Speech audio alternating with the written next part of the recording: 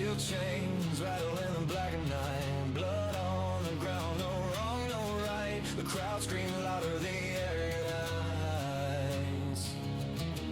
One step closer to the edge we crawl. Feel the weight of the fight, the rise, the fall. World Wrestling Affliction. Fist pounding conviction. Hearts collide like friction. World Wrestling Affliction.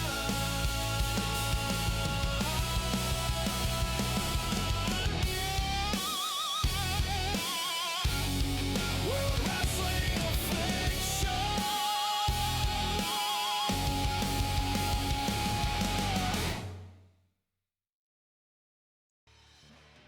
Hello, ladies and gentlemen. Welcome to World Wrestling Affliction. Now, this is our first show after our Warpath PLE last weekend, and this has been one epic PLE that we've just had. I mean, between that Four Corners of Hell men's tag match and then a lot of other stuff, but for now we'll get to what our general manager Davis Morris has to say.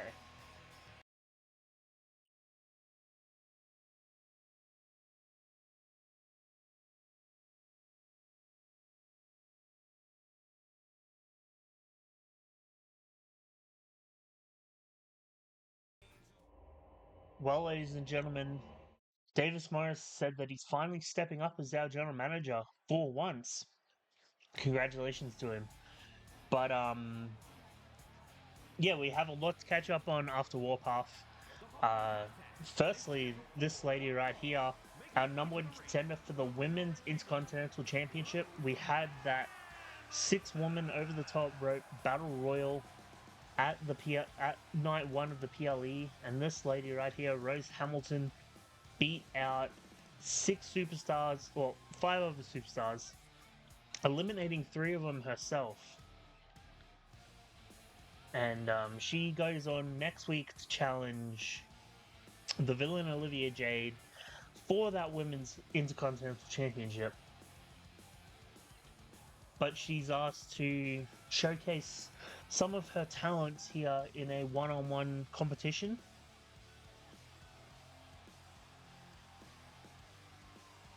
Now, a little bit of a recap from Warpath. Parabellum still hold all 5 of their championships that they entered with. Andre Salas beat DOC from the Undesirables. As you saw, the tag champs beat everyone down in that hellacious Four Corners of Hell match. I mean, it was just brawling all over the arena, even in our like workshop, our warehouse. It was hell. We still don't know who this masked man is who came in, attacked the Walker brothers last month, and has now put Andy Walker on the shelf, throwing him off of a second story through that lamp. And it's put him on the shelf for as we don't know how long.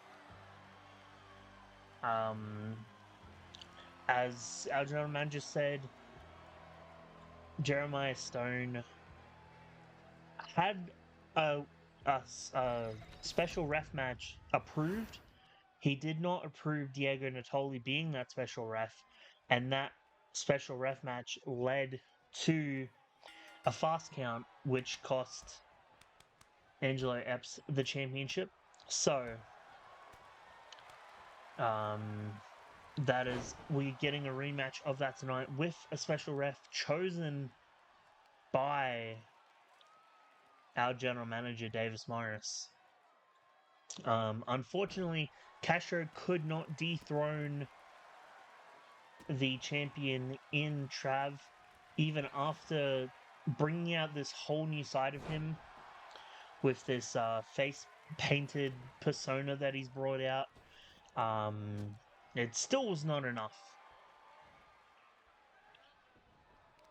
We had a hellacious Hell in a Cell match between Kitty Hagen and Ivy Fisher, with Kitty Hagen. Oh, nice spear there. Kitty Hagen coming out on top as Women's World Champion. And we have new Women's Tag Champions in a controversial finish of the Women's Four Corners of Hell match, where it was down to Taryn Sky of the Rebel Club taking on the Lane Twins of the Undesirables, and the ref that entire match was constantly failing to make pinfalls in a acceptable amount of time. Taryn Sky landed the most perfect sky's the limit, had a 3 count, 1, 2, 3. The ref didn't even start the count, and until like probably the 5 count. And then as soon as she started, Lane kicked out. Boom, they take her down, pin her, and the ref makes the pin immediately. So I'm sure that Taryn Sky and the rest of the Rebel Club are not going to accept that. And I'm sure we will get down to that leading into this next PLE. Wait, what the hell is this? That's Hannah O'Grady, one of the new girls from the number one contendership 6-woman over the top rope battle royal. And I mean, she was the person who Rose Hamilton eliminated to win the match. And now these two are just going at it. Pasha Clown just letting them happen. Now, I forgot to mention, this match is no disqualification. So that's why the ref hasn't called this match off immediately. Rose Hamilton just disposing of Hannah O'Grady and then immediately turning back to her opponent. Why has Hannah O'Grady come out and assaulted our number one contender like this? That is definitely an interesting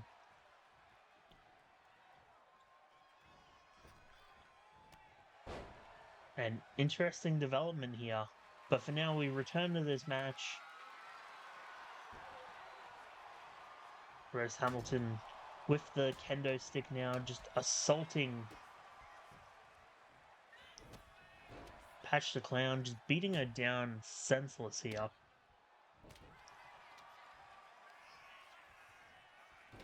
Oh, Patch the Clown fighting back now.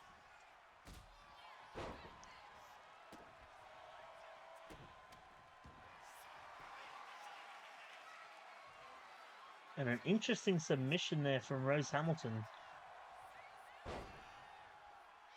Flipping her over now.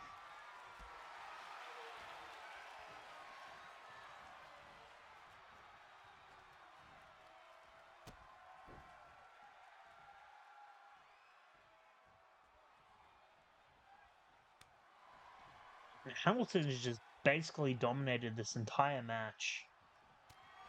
Even with the interruption of Hannah O'Grady, she hasn't faltered.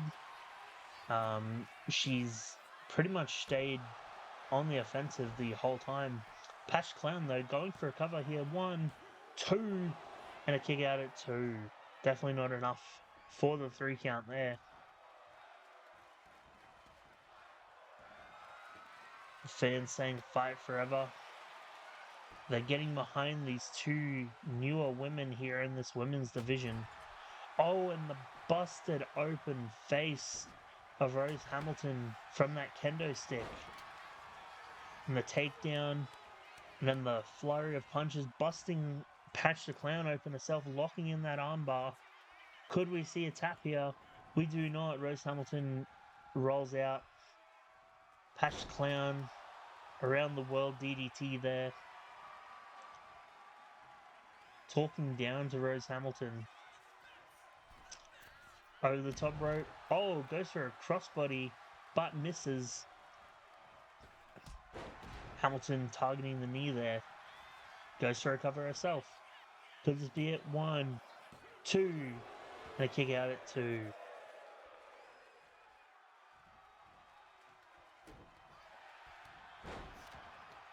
A big clothesline.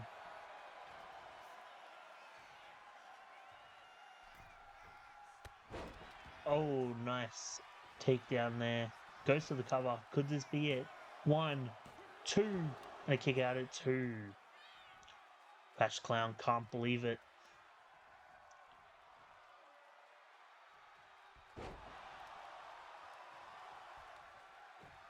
Good set kendo stick now. Just assaulting Rose Hamilton. Rose Hamilton with a jumping punch. Not quite a Superwoman punch. Goes for a cover. Big roll up. 2, 3, and that's it. Patch the Clown catches Rose Hamilton with the roll up pin. Well, after all that, ladies and gentlemen, even with Hannah O'Grady interrupting the match, trying to distract Rose Hamilton, it came down to Patch the Clown landing in an interesting roll-up pin to catch her off guard, to get that win. I'm sure Rose Hamilton didn't need this loss going into her title match against the villain Olivia Jade next week. It's definitely not an interesting showing that we have there, but nevertheless, these two, put on a hell of a match against each other, even with the O'Grady interruption. Although it was Rose Hamilton's match for most part, Patch the Clown got in definitely a lot of assault, and then you see there that interesting rolling her up, then laying on her legs to hold her down. And Patch the Clown, congratulations to your win.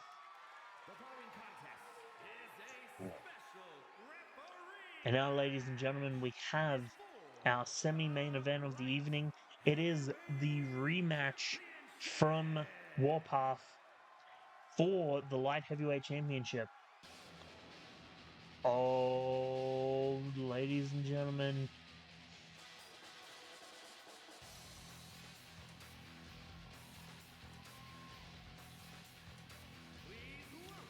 It is Danger Daniels. So it looks like Danger Daniels has been chosen by Davis Morris, our general manager. Danger Daniels has no affiliation with any of the factions currently here in the company. So he's probably the best choice to call it down the middle here in this match. Now, I spoke about this a little bit earlier, but this match happened because it was meant to be Angelo Epps versus Jeremiah Stone at the Warpath PLE for the Light Heavyweight Championship. Jeremiah Stone had a special referee match approved by our general manager Davis Morris, but he sneakily managed to get his tag team partner and one member of Parabellum in Diego Natoli in as the special referee. And then that caused him to have a super fast count on this man right here, Angelo Epps. Now, Angelo Epps, long history against Jeremiah Stone. I mean, they're former tag team partners. We've seen Diego Natoli, Matoto Lee, and Jeremiah Stone attack this man, forming what was the Millionaires Club and eventually became Parabellum, thanks to Trav coming in and growing that force. And ever since that's happened, they've held every championship in the company that they've gone for, and they've done everything in their power to keep those titles. And this man right here, Jeremiah Stone, used his opportunity to take that chance of taking the title away from him, away from Angelo Epps, by using the special guest referee in Diego Natoli. So Dennis Morris said, look, we're having it again. We're having a non-biased ref to have this match. Now, will this biased ref actually call it down the middle is something that we have to consider. Now, Danger Daniels has no history with either of these men. He was part of Alpha Omega. They were part of TKWF. So, in the history of this company, they've never met. So, there is no chance of him being biased to either superstar here. Purely because there's no reason for him to be biased.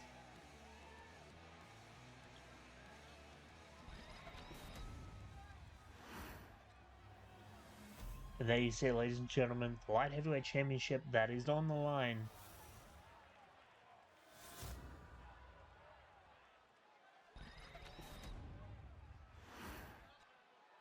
Introducing the challenger from New York, weighing in. And, I mean, we've got to hope that Diego Natoli calls this down the middle, is a fair and just ref. Now, ladies and gentlemen, we also have an interesting main event for you tonight. It is TK Landon of the Rebel Club taking on formerly known as Brutus the Brawler, the monster of the Church of Pain. Or the Church of Anarchy, sorry.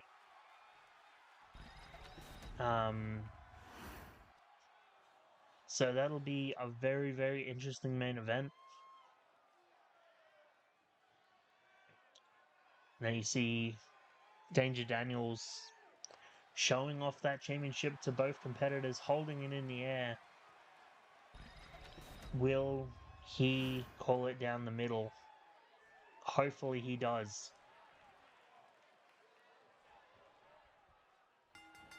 And we're off. Jeremiah Stone immediately.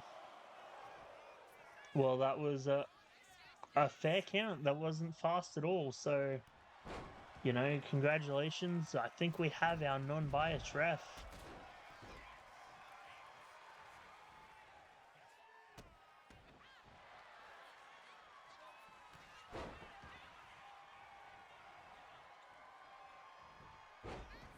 And these two just out wrestling each other left, right, and center. They know each other inside and out. And it shows here in this match. I mean, they trained together. They teamed with each other for years and years and years.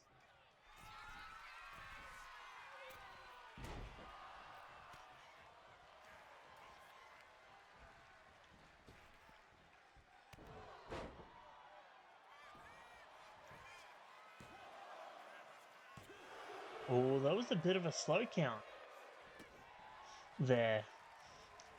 You know, I'll give Danger Daniels the benefit of the doubt. He was just that tad bit slow.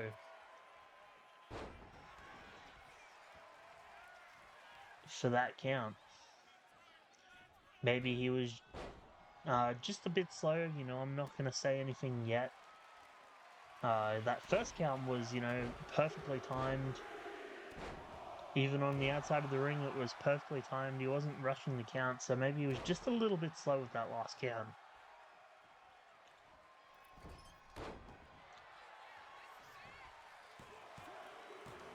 What the?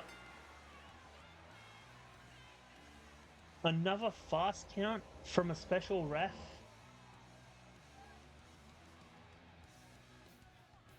What? Well, Danger Daniels came into this match an unbiased ref, you know, not having affiliations with either member here in this match, and then was, for the most part, a fair official ref. You know, that first pin was a normal count while they were outside the ring, normal counting out, and then all of a sudden a slow count on Angelo Epps' pin, and then as soon as Jeremiah Stone makes the pin, 1, 2, 3, immediately fast count. And that man right there continues to be our light heavyweight champion. Well, this is our... Wait, what? This is our main event of the evening, but... That's Yamamoto of...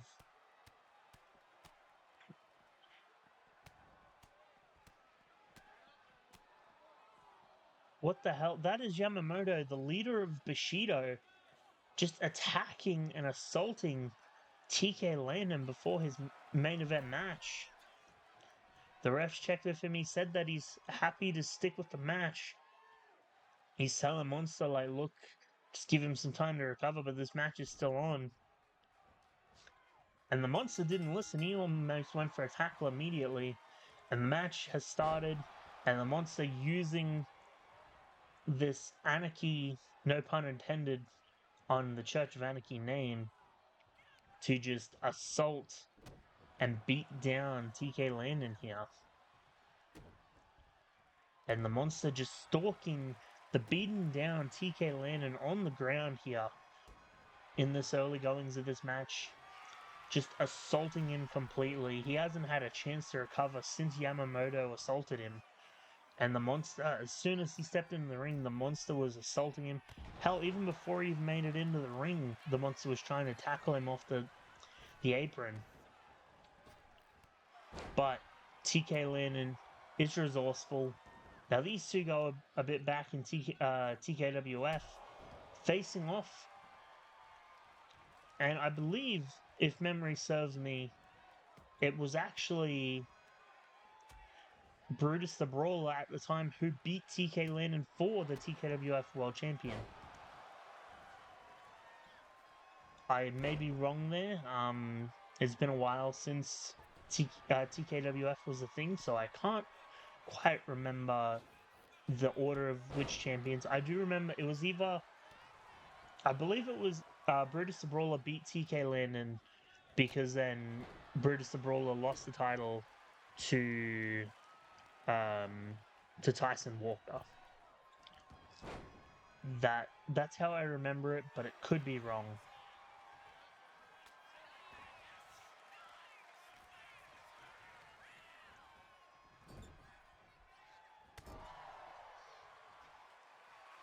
Either way, TK Landon showing that he has resourcefulness, getting back in this match.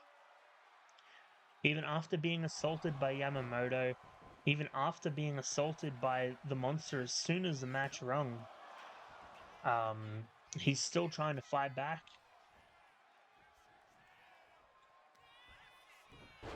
And use that speed and smaller size advantage over the bigger the Monster here.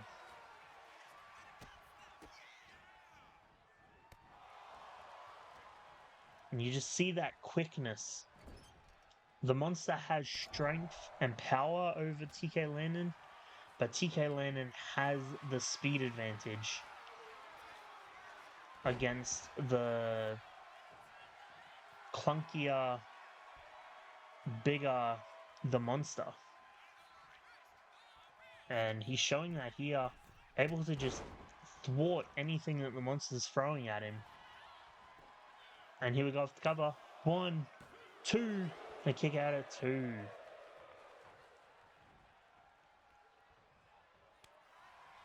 And a slap to the face.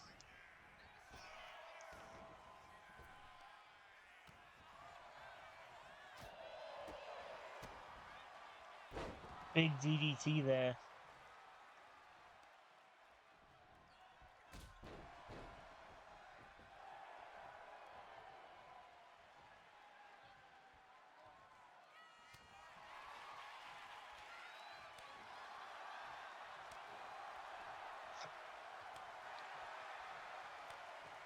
Now they're going back and forth here with these chops and punches, just assaulting each other.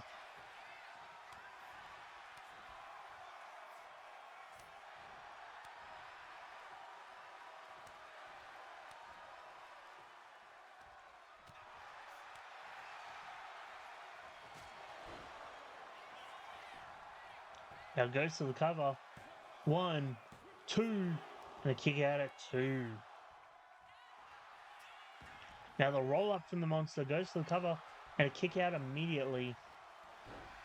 Goes for a dive. TK Landon dodges it.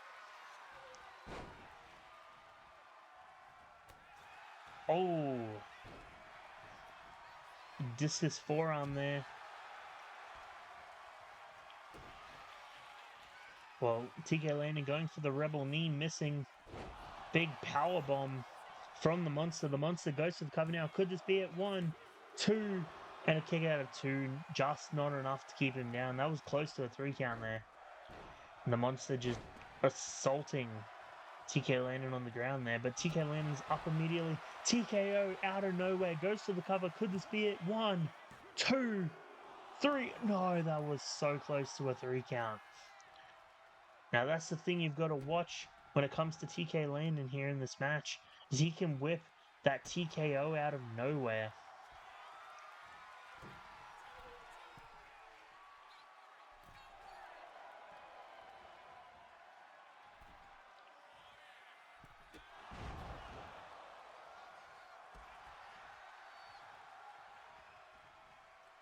We've seen him win championships with that TKO out of nowhere. Goes to the cover now. 1, 2, kick out at 2.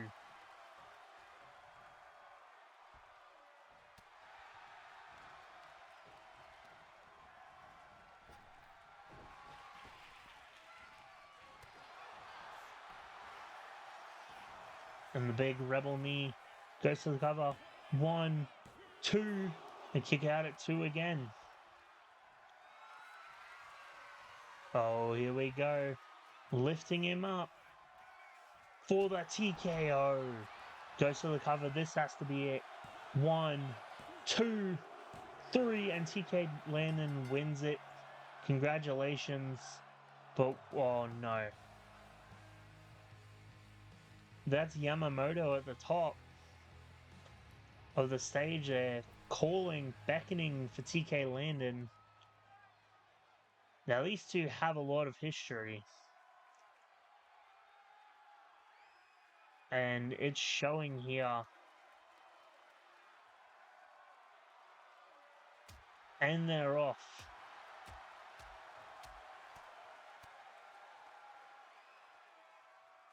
We've got refs and officials trying to hold these two away. But thank you for watching, guys. We will see you next week.